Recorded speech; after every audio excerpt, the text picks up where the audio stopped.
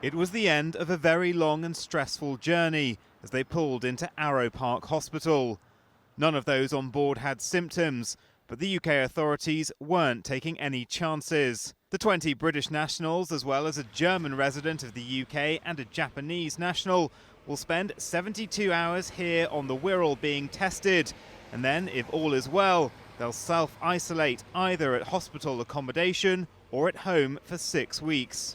We're going to be testing them very extensively, looking for any presence of the virus. So people will remember PCR testing from COVID days, so we'll be using that to look for the virus, and also checking their blood for the presence of antibodies that might suggest they've been exposed to it during the cruise or previously.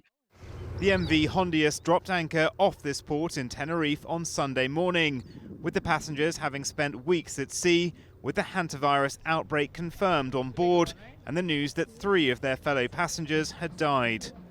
And so the complex operation to get people off began. First by small boat transfer, as they were ferried ashore in full protective gear.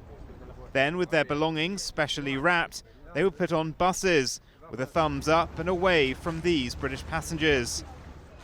And finally, they were on their way home, with this special charter flight taking them to Manchester Airport. Arrowe Park Hospital has experience of this kind of thing. Back in 2020, it took in the British nationals evacuated from Wuhan, China, at the beginning of the COVID pandemic. But hospital bosses also recognise that those memories may cause local anxiety.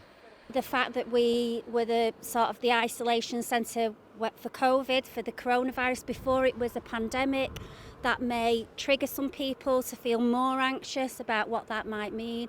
But really, this is an understood, known virus that that can be managed appropriately, and so it's very, very different.